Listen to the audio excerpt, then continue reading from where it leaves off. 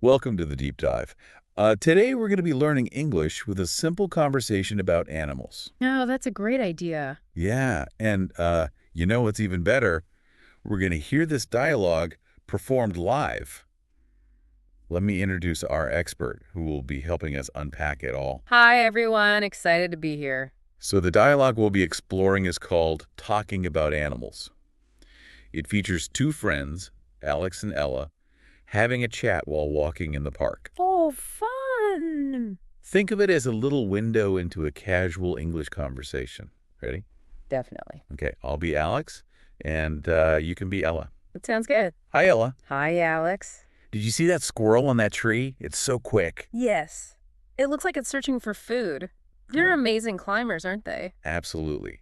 I think squirrels are one of the cutest animals in the park. For me, I really like birds. Oh, yeah. Especially the ones with bright feathers. Like parrots. They're so colorful and intelligent. Exactly. I once saw a parrot mimic someone's laugh. It was hilarious. Wow, that must have been fun. Yeah. Animals are so fascinating, It right? really are. Every species has something unique about it. And seen. That was fun, wasn't it? It was, I could almost picture the park and those busy squirrels. Me too. Okay, so we just heard Alex and Ella's conversation. Now let's break it down and see what we can learn from it. First, let's focus on some of the key words that might be new for our listeners. Great idea. There are a few words that popped up in their chat that are really helpful to know. Let's start with quick, climber, and mimic. Perfect. I think quick is pretty straightforward. It means fast, right? Right.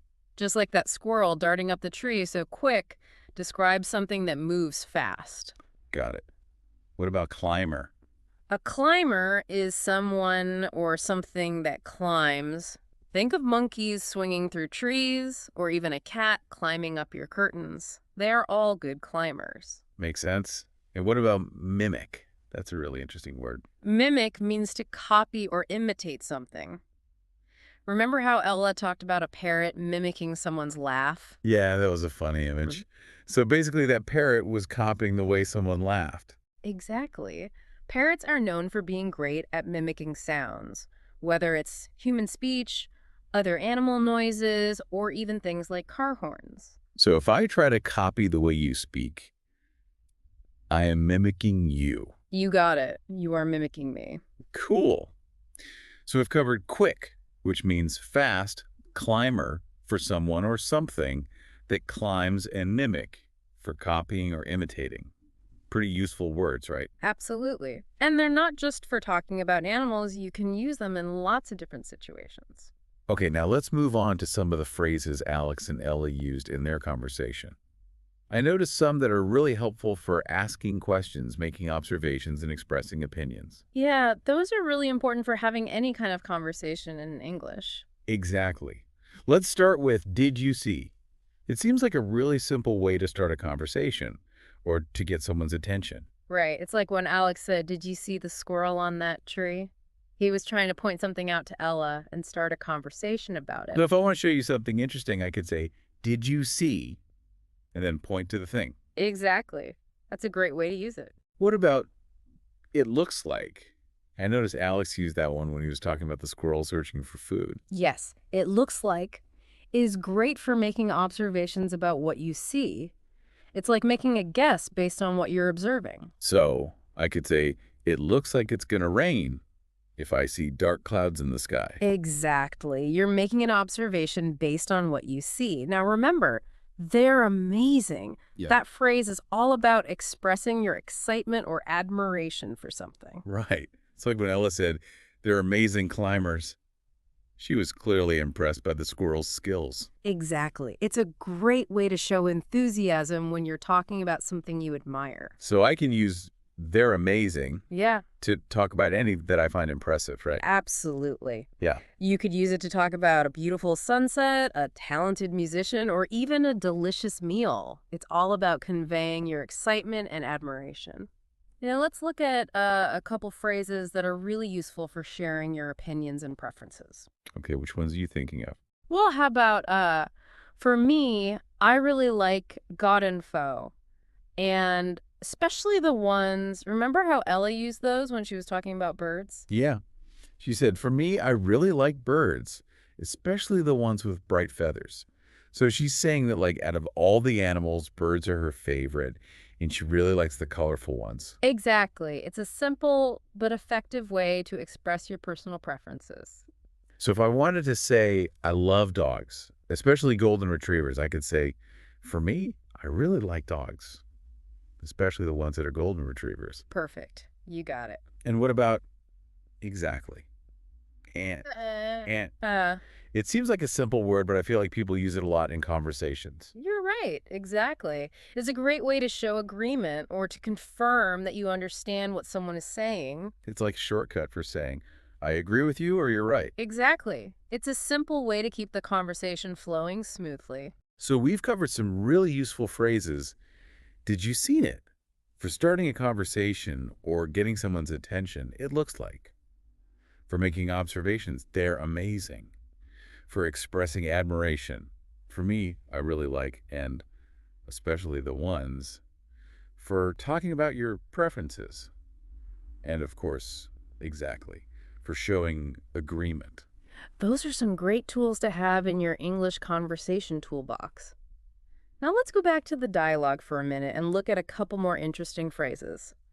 Remember when Alex said, "Wow, that must have been fun," after Ella told him about the parrot mimicking someone's laugh? Yeah, it seemed like he was really interested in what she was saying. Exactly. Wow, that must have been is a great way to express surprise or amazement about something someone tells you. It shows that you are engaged in the conversation and that you care about what the other person is saying. So if someone tells me a story about something exciting or unbelievable, I could use that phrase to show them that I'm impressed. Exactly. Now, there's one more phrase I want to highlight. It's when Ella said, "Every species has something unique about it." Ah, yes. She was talking about how all animals are special in their own way. Exactly. Every species has is a great way to make a general statement about animals. You can use it to talk about the different characteristics, behaviors, or even the importance of different species. For example, I could say, every species has its own way of communicating, or every species plays a vital role in the ecosystem. Perfect examples. You're really getting the hang of this. So to recap, we've learned some awesome words like quick, climber, and mimic. And we've also explored some super useful phrases for having conversations in English. We've covered how to start a conversation, make observations, express opinions, show agreement, and even express surprise or amazement.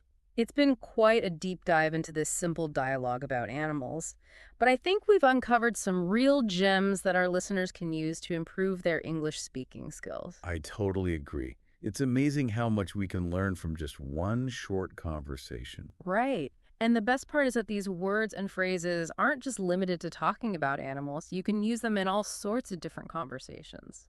Now, if you're enjoying our deep dive into the world of English, don't forget to subscribe to our channel and give this episode a big thumbs up. We have tons of other helpful content coming your way, all designed to make learning English fun and easy. And before we wrap things up, I have a little thought-provoking question for our listeners to ponder. We've been talking about how to describe animals and share our thoughts about them, but what about the bigger picture? How do people interact with animals in different cultures? That's a really interesting question. Yeah. I know that some cultures have animals that are considered sacred or have unique traditions and practices related to animals. Exactly. Some cultures might have special festivals or ceremonies that involve animals, or they might have specific beliefs about the spiritual significance of certain animals. Makes you realize that our relationship with animals is so much more than just observing them in a park or having pets. It's deeply intertwined with our history, our beliefs, and our cultural identities. It really is. So, as you continue your English language journey, I encourage you to keep this in mind. Don't just focus on the words and phrases, but also explore the cultural context behind them. It's like adding another layer of depth and understanding to your learning experience. Exactly. And who knows, maybe you'll discover some fascinating insights about animals and cultures along the way. Well, I think that's a perfect note to end on. I agree. Remember, keep practicing, keep exploring, and keep those brains buzzing. Until next time. I love that question. It really makes you think about how people all over the world see animals so differently. Yeah, and the words we use and the stories we tell, they all reflect those different ways of seeing the world. That's so true. Yeah. And I bet if we looked into all those different cultures, we'd find even more English words and phrases to learn. Absolutely. So, to our listeners out there, I encourage you to be curious. Ask questions, do some research, and explore how other cultures view and interact with animals. You might be surprised at what you discover. Yeah, for sure. Yeah. So I think that's a great place to wrap up for today. Keep practicing your English, everyone, and we'll see you next time. Until next time. Thanks for joining the conversation here at Kaz English. We hope you found it fun and informative. Don't forget to check out kazapp.uk. That's kazapp.uk for more tips, resources, and interactive practice. Keep exploring, keep chatting, and we'll catch up with you again soon.